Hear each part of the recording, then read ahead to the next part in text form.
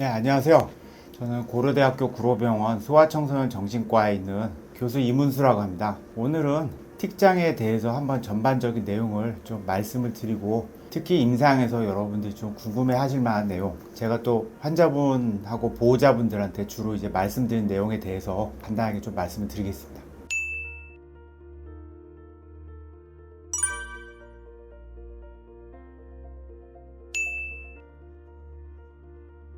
그 유전성에 대해서는 어느 정도는 영향은 있겠죠. 부모님이 키가 크시면 아이가 키가 큰 것처럼 당연히 유전적인 영향은 있는데, 부모님이 틱장애가 있었을 때 그 자녀들이 틱장애를 가질 확률이 한 25 내지 한 37% 정도 된다 라고 그렇게 이야기를 하고 있습니다. 그래서 ADHD 같은 경우 어떤 논문을 보면 이게 한 88%다 라고 이야기를 하거든요.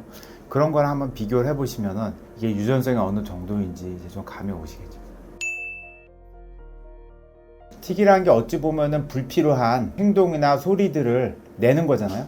그러니까는 원래는 우리 뇌에서 그러한 행동들을 필터링을 하는 뇌 회로가 있는데, 그 회로가 발달이 미처 아직 충분하지 않아 가지고 그러한 음성틱이나 운동틱이 나온다고 보는 거고, 따라서 그러한 필터 역할을 하는 뇌의 성숙이 좀 늦다고 하면 틱이 나타날 수 있는 거죠.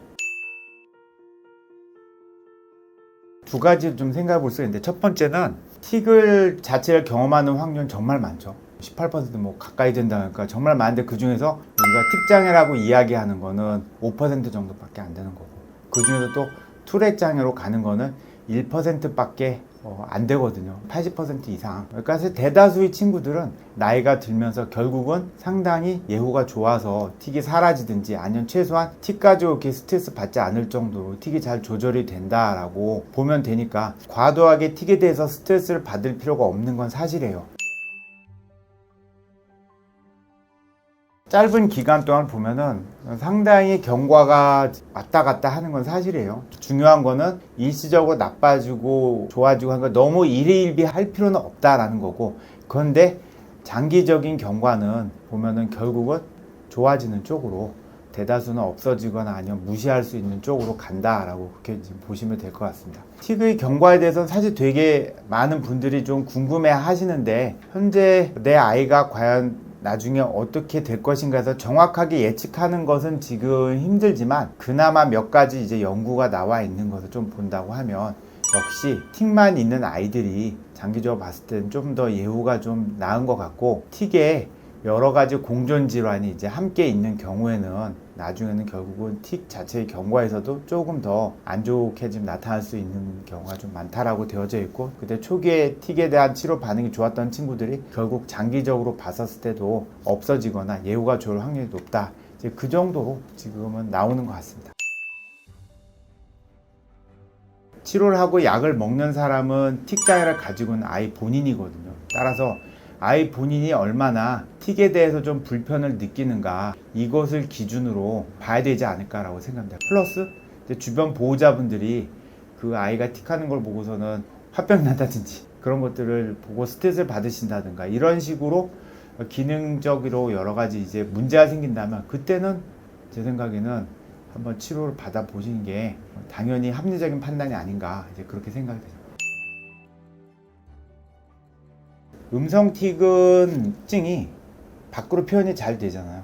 밖으로 표현이 잘 되다 보니까는 아주 심한 근육 틱이 아니라면, 음성 틱이 보통은 근육 틱보다 좀 더 남들의 눈에 띄기도 쉽고, 따라서 그걸로 인해서 스트레스를 받기도 쉽고 하다 보니까 지금 그런 부분에서는 좀 더 불편을 많이 느끼기 쉬운 것 같습니다. 근데 이제 꼭 음성 틱이 더 운동 틱보다 더 경과가 나쁘다, 이런 식으로 딱 확정적으로 이제 연구 결과 나온 것은 없고요. 만성적으로 같이 있는 경우, 투렛 장애 같은 경우는 좀 더 아무래도 기능에선 손상이 심하겠죠. 그렇게 생각을 하게 되면 틱을 일부러 한다가 돼버리잖아요. 틱은 무의식적인 것들이 스쳐 지나가면서 걸러지지 않고서 밖으로 표현되는 경우가 많기 때문에, 그것들을 의도적이다라고 해석을 하는 건 위험할 수 있죠. 음성틱이 있어가지고 외래로 오는 친구들 이제 많은데, 경우에 보면은 뭐 외설적인 이야기를 하거나 담당 의사 이름을 대면서 욕을 하는 그런 친구들도 간간히 보긴 보거든요. 근데 그 친구들 만나서 진짜로 외래에서 이야기를 한다 할 때, 그 친구들이 성적인 뭐 그런 생각에 뭐 딱히 빠져 있거나 아니면 거기서 지금 치료하는 의사에 대해서 막 공격성 있거나 딱히 그렇진 않거든요. 그 무의식의 세계를 흘러가는 생각의 편린이 지금 그렇게 겉으로 어쩌다 나오는 거기 때문에 거기다 너무 많은 의미를 부여할 필요는 없다라고 그렇게 생각합니다.